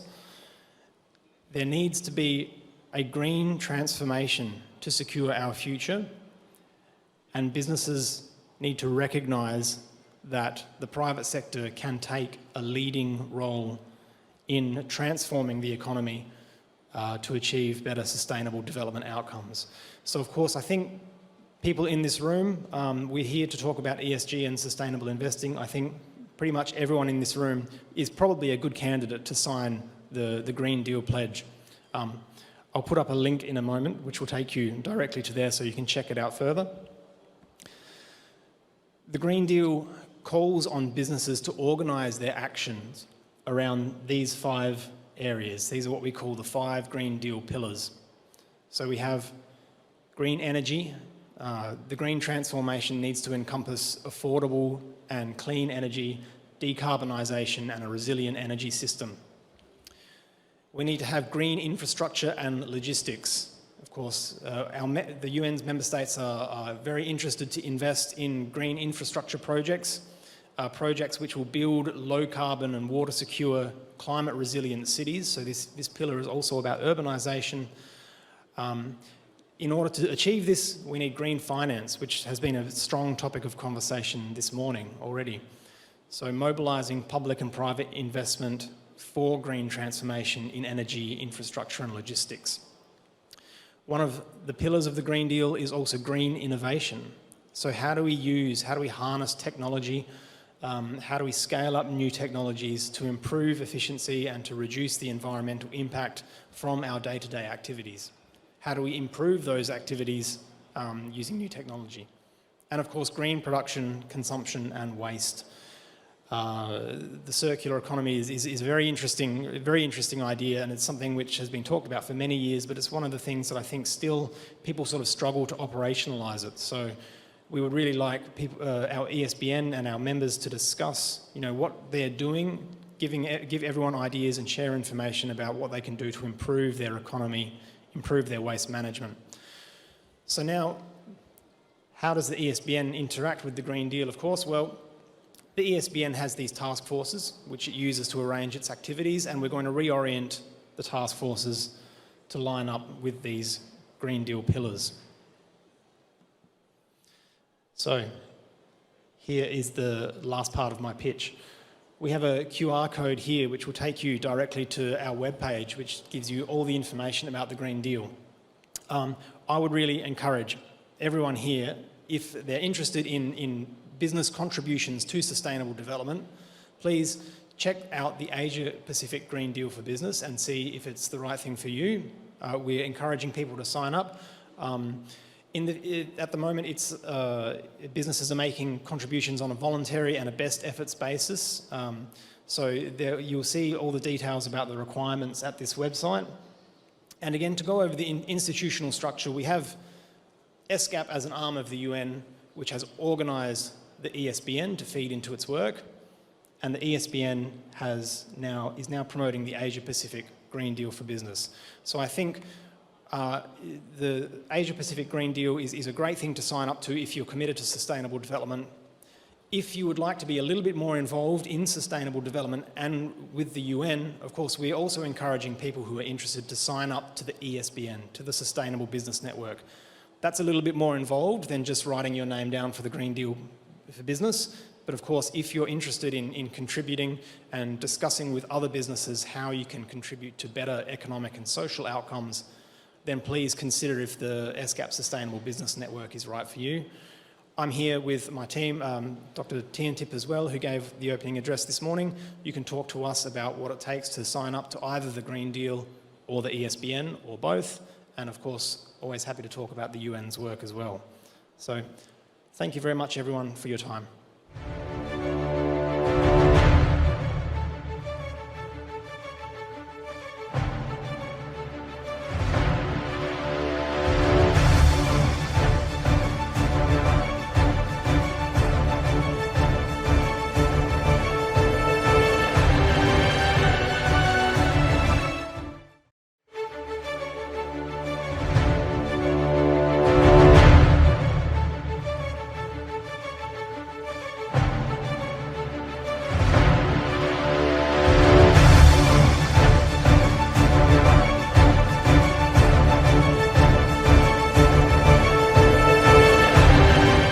Ladies and gentlemen, next up we have another panel discussion on the roadmap to carbon neutrality, challenges and opportunities. Please now put your hands together to welcome our moderator, Professor Louis Cheng, Dr. S.H. Ho, Professor of Banking and Finance, Director of the Research Center for ESG, Director of the Research Institute for Business of the Hang Seng University of Hong Kong, to come up onto the stage. Now, please also welcome our panelists, Mr. Jasper Chan, Senior ESG Manager, the Hong Kong and China Gas Company Limited, Mr. Arthur Lam, CEO and co-founder, Negawatt Utility Limited, and Mr. Angus Tam, Assistant Vice President, Emerging Technologies, Commercial Group HKT Limited, onto the stage. So please welcome on stage. Please welcome our guests on stage with a warm round of applause. Thank you so much for your patience. Even Dr. William Yu understand that I'm the best person to chair the final panel before lunch. And no matter how late we start, I try to be on time for your lunch, which is super important for our sustainable body. So now, again, thank you for the distinguished panel. And I think to my left, this is Jasper. And Jasper, according to my understanding, is the Senior ESG Manager at the Town Gas, right? We call it Town Gas, the old boy called Town Gas. And then we have Angus Tam, which is AVP Emerging Technology at Hong Kong Telecom. And then we have, of course, Arthur Lam, the co-founder and CEO, Director of Negawatt Utility.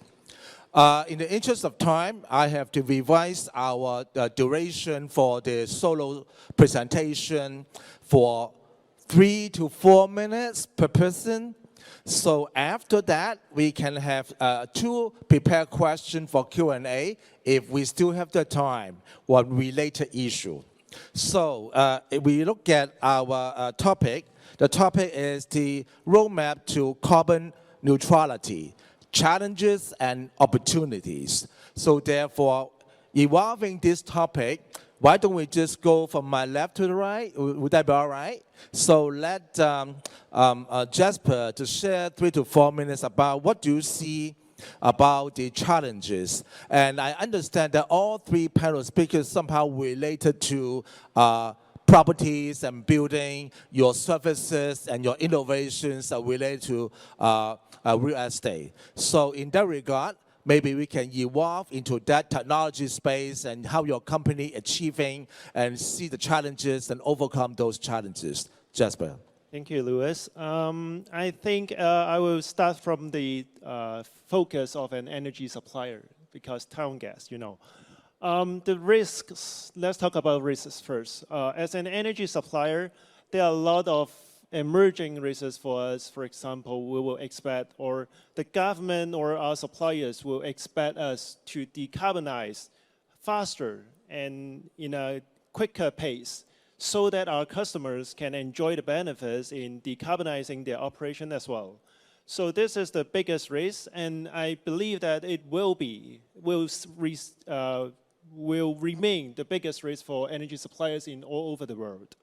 As a matter of fact, town gas, although its Chinese name is Mui Hei, it's not made from coal nowadays. About 50 years ago, we changed from using coal and heavy oil to naphtha. And then in 2005, 2006, we changed even further to use natural gas as our 60%. It now accounts for 60% of the fuel mix. So the carbon emission has dropped down a lot. Give you an example or a figure is that our carbon emission intensity for town gas production now is 23% less than we used to be in 2005. And we also use landfill gas from free landfills in Hong Kong nowadays, making us, enabling us to further reduce our carbon emission. And this is a quick point for the risk. For the opportunities, actually there are a lot of low carbon energy opportunities in both Hong Kong and mainland China. I'll give a few examples. One of them will be town gas is actually committed to install 8 gigawatts of solar panels in the mainland China, in the rooftops of industrial or warehouses. Okay, how big or what is the scale of 8 gigawatts? The energy produced by these panels every year will be able to supply 20% of the Hong Kong's power consumption. So this is the amount of opportunities or the business developments that is available for energy companies like us. Yep. Thank you, Jasper. Angus. Okay, thank you so much. Maybe I can share a little bit about my my role in the company, and I always encounter with land developers, building owners on projects like how to make the building smart, or for the new buildings how we incorporate the green technologies into the buildings. What I can see in Hong Kong is getting a very good momentum for the new buildings specifically. The tenders that we see, we already see the elements there. Energy management system, renewable energies, IBMS, for example. But the other point that I want to bring out is the existing buildings. We have a lot of existing buildings, and they contribute a lot of carbons in the society as well. But in general, in the market, I can see a lot of the building owners. At this stage, they're more focused on the efficiency of improvement. What I mean is they will rather invest on the enhancement of the chiller plants or elevators and all kind of system to make the system more efficient. But just like a very interesting story, we have power-saving light bulbs in our house, but it turns out we are paying more for the lighting because we forgot to switch it off. But there's the problems that we are talking about here. Besides, I think there's nothing wrong with efficiency, but the usage, behavior, and to provide sufficient power at the right amount is also the target that we should think of. And I would say nowadays we have a lot of advanced technology, including like power optimization, smart controls, or AI that we can help the buildings to capture all those data and user behaviors within the buildings to offer the optimum level of power. And that's a very important message that I want to share with you guys, like taking the part of reducing the wastage of power in another angle. Thank you. That's a very good point. Thank you. Arthur, please. Hi, thank you very much. Very honored. Town Gas, HKT, huge companies, right? And Negawatt, on the other hand, we're a startup in the built environment. And then we're part of actually the Cyberport community too. So we're properties. Allow me to do like a 1-minute intro, right? So we are a prop tech startup that actually drives digital transformation for landlord and tenants to up their ESG game for the one purpose, to drive the triple bottom line: profit, people, and planet. Planet, people, and profit, okay? Make it right. So I think we work with most of the developers in Hong Kong, including Swire, Sino, Henderson, Hyson, HKEX, and all these developers, and like you said, Angus, like the tide is changing, okay. But I think we were talking about the real challenges. I think the topic today is about carbon neutrality and the challenges first and opportunity. So I could summarize. There are a few key challenges we're facing. Number one, there is just not enough incentives and penalties to drive this industry right now. Okay, why? Now people get it, like the big boys get it, the senior executives get it, because you get green loans, you get sustainability loans, you get your marketing out of it, right? But before, people still see carbon or ESG as a ERM, enterprise risk management. So on a compliance point of view, okay, when you think about compliance, okay, when I meet the bare minimum, I should be fine.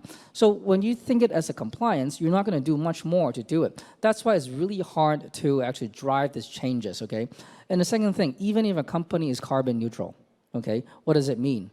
Well, you get to offset all your carbons, right? So I'm sure everyone's expert here. Carbon neutral versus net zero is different. I took the class from Dr. William Yu that I know. There's just not enough incentives, okay? And does it mean that your price could actually get, you can sell your product at a higher price? Or does it actually mean your buildings actually increase the building value, okay? There's still a lot of incentives that has to be lined up. Number two, just lack of, I would say, domain knowledge, expertise. For the big boys, developers, all have announced their target zero emissions roadmap. But what about SMEs? Okay, they don't even understand. They don't even have data. Even if they data, they don't even have people who can tell them what to do. Okay, For them to engage a consultant costs even a lot more than actually offsetting their carbon emission. Who's going to do that? Okay. And the third reason that I see is, right now, I still see like a 50-50 take on carbon neutrality, because for carbon neutrality, no one's asking you to reduce your carbon emission first. All you have to is to offset, okay? Buy someone else carbon credits, okay? So the real advocates, the right guys who say, okay, what's the point of doing this if you keep just pumping and making waste and emission in your backyard and just buying off someone's effort over there? What does it mean to our world?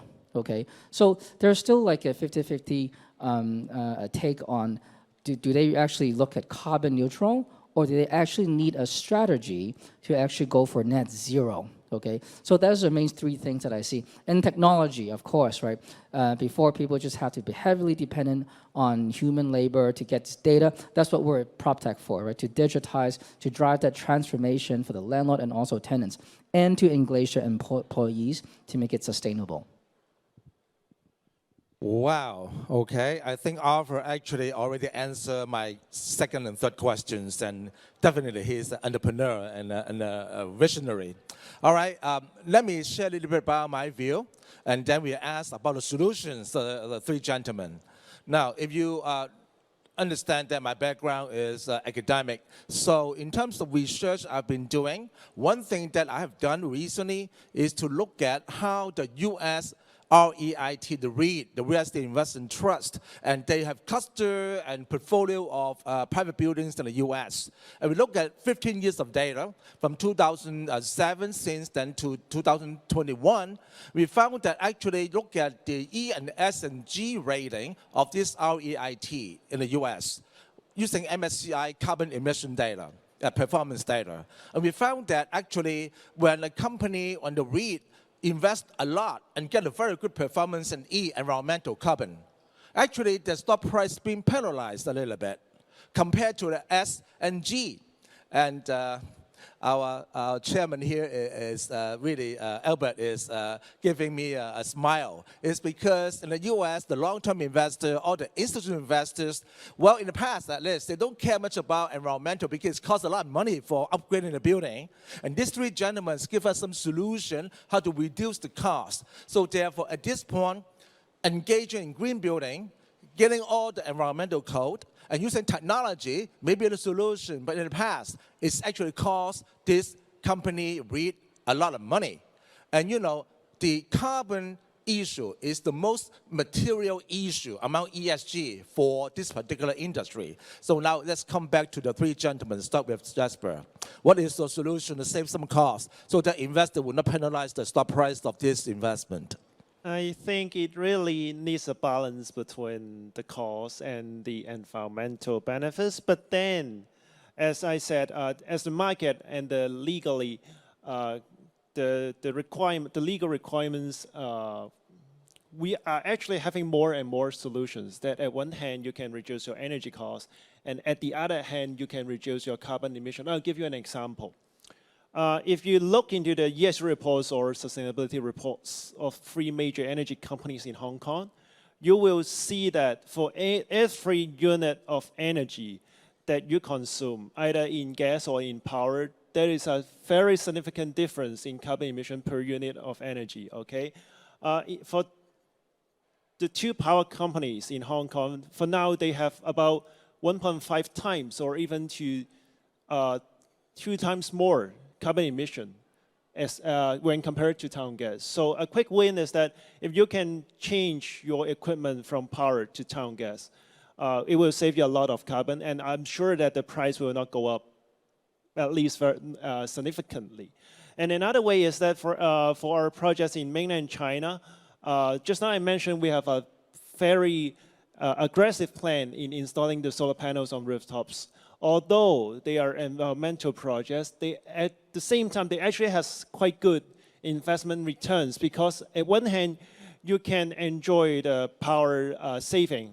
I mean, usually the renewable power in the mainland China, some of them has lower costs than the grid power, okay? This is one point. You can enjoy the environmental benefits. At the other point, if you install solar panels, you can sell the carbon credits I'm sure that just now some speakers talk about voluntary carbon marketing or CCL in mainland China. For now, it's about 70 RMB per ton. So you can calculate that at one point you can save your energy, at the other point you can enjoy the carbon benefits, or you can sell it for an extra income. So there are some win-win solutions in nowadays in both Hong Kong and mainland. Thank you. Angus, I'm going to up the question a little bit so that it's not as easy, a general solution. I want you to relate your solution in the aspect of supply chain, scope 3 a little bit if you want to, or if you don't like this question, the other option is how your solution can relate to the SME, which is, as the third speaker mentioned, this is difficult because the SME has not many money. So you need to think about those solutions for us.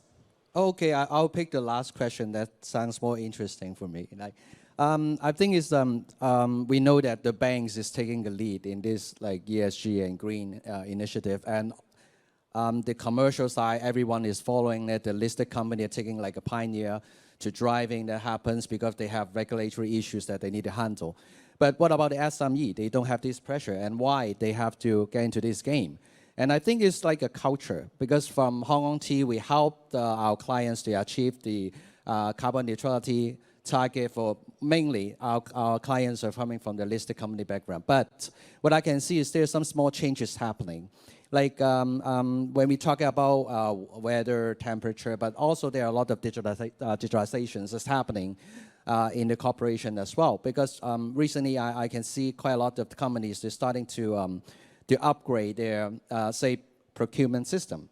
I was so curious why they need to upgrade the procurement system, because they started to check the rating in terms of the vendor management. And when I need to do a business with a company, I need to ensure they're not, under any like sanctions or any anti-money laundering, that kind of activities. And plus, I need to know if they have any participation in terms of ESG or green.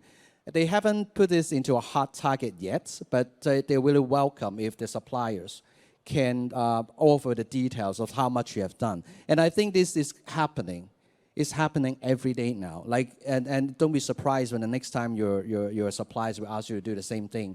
Then I think it's I wouldn't say the pressure, but it's a culture from the top getting down. Like if you want to have deals or even have business with the large corporations or even the governments, you got to do something. Even the small part, everything counts. Okay, even maybe I would say like a strawless beverage company or coffee a cafe can have more business than the other one. They're not following the direction. I think that's the impact that goes to the SME, but it takes time, maybe a couple of years, but it will happen. All right, Arthur, being an innovative solution provider to marry technology and ESG and green, what would be your answer to this question? Maybe I'll try to tackle the first question first. Why companies are being sustainable are being penalized in the stock price, okay? It has nothing to do with tech, right? Has nothing to do with the people. But I think it's just like people are just catching on ESG as a compliance point of view, okay? So they're going to do it. They claim that there is sustainable ESG, but the problem is companies are actually not implementing those ESG in their company product. Okay, saving energy is a big thing, right? But it's only cut costs. It doesn't actually move the top line. To move the top line, you have to implement ESG into your products. Okay. A lot of developers, okay, nowadays new buildings is easier, but for retrofit, it's quite hard because you're working with outdated subsystems, legacy systems, right? But let's say, okay, to rent a space, how do you implement ESG in your product? I mean, for a landlord, rental is a product, right? How do you implement that ESG? Okay, so. Of course, people invest, okay? People don't see the value because it doesn't move the top line. So I would suggest that anyone who want to implement ESG, think of how do you implement every single process in the company, from product to employees to operations to supply chain, okay? But so for solution is number one, there's not enough data, okay? So that's what we do at Negawatt is we focus on IoT. We actually digitize building properties, right? So IoT enable buildings to be transparent with their sustainability performance data, Okay, so when everything is in front of you, it's easier. And the issues before for properties, there's too many stakeholders. You have a landlord, you have a service provider, you have a tenant, you have the property manager, and you have whatever, right? People were not assessing the same set of data. That's a problem. But with IoT, with blockchain, okay, the numbers are here, they don't lie. So now, what do we do? So the right set of data creates the right same community to set the same target. Okay, so that's why we need solutions to align all these interests of these stakeholders first. Okay, and then you can add on these different targets, incentivize program. So the last question is how do we promote or engage SMEs? In the property business, the landlord is the big boys. SME are the tenants. What the landlords are doing is pushing something called green lease. Swire has a great program called Green Performance Pledge. Nanfeng has a great program called Net Positive Lease, right? So all this is really from the landlord during the initiation to engage their tenants, right? So there's some sort of pledge, I think we talked about in the last presenter, that they need to increase awareness first, okay? So people would understand, okay, our interests, our target is aligned, and then how do we drive that? And everyone do a little bit to achieve that sustainability goals in the future. Great answers. I got 3 more minutes. So before I ask Jasper and Angus to answer the last question, I want to say something like this.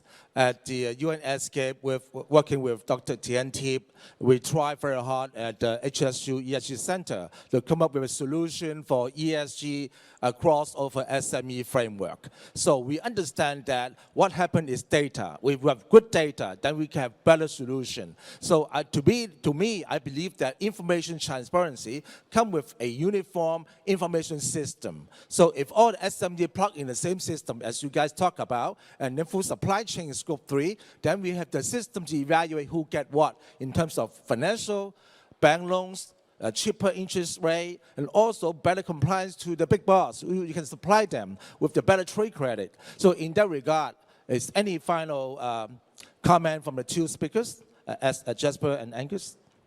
Anything you want to say before we close up for lunch? My internal clock is humming. So therefore, I think it's time for Charles. So please. I just want to add that the challenges faced by SMEs in having not enough data is shared by large corporations like us. But in another way, in another extreme, is that we have too much data. Okay, and too much data means that you can paint a lot of different pictures, which can be, it might be wrong. So we do need some data sensors, or we do need some data analysis, same as the SMEs as well. Yeah, that's a challenge. All right, thanks. So I think one of the focus we need to pay attention is the next generations and how they view the market. I mean, our children, they're going to grow up very fast, and they're going to be the leaders in the market. They decide what to consume, where to consume. So eventually, I hope that one day we can see, just like the quality merchant sign that we have in Hong Kong, to ensure those shops are not selling like fake goods or anything. Like we can also have those stickers, like putting all those shops, retail shop, restaurant, or even the CCT, Cha Chan Ting, right? Like everybody see this and they make the decisions where they want to go. And I think the market is not only from the bank or the big corporation, but the market, the business that drive you to go where you should go. All right, with that, I think we should conclude the panel. And really thank you for your patience. And with these 3 handsome and fluent speakers, give them a big applause. Thank you.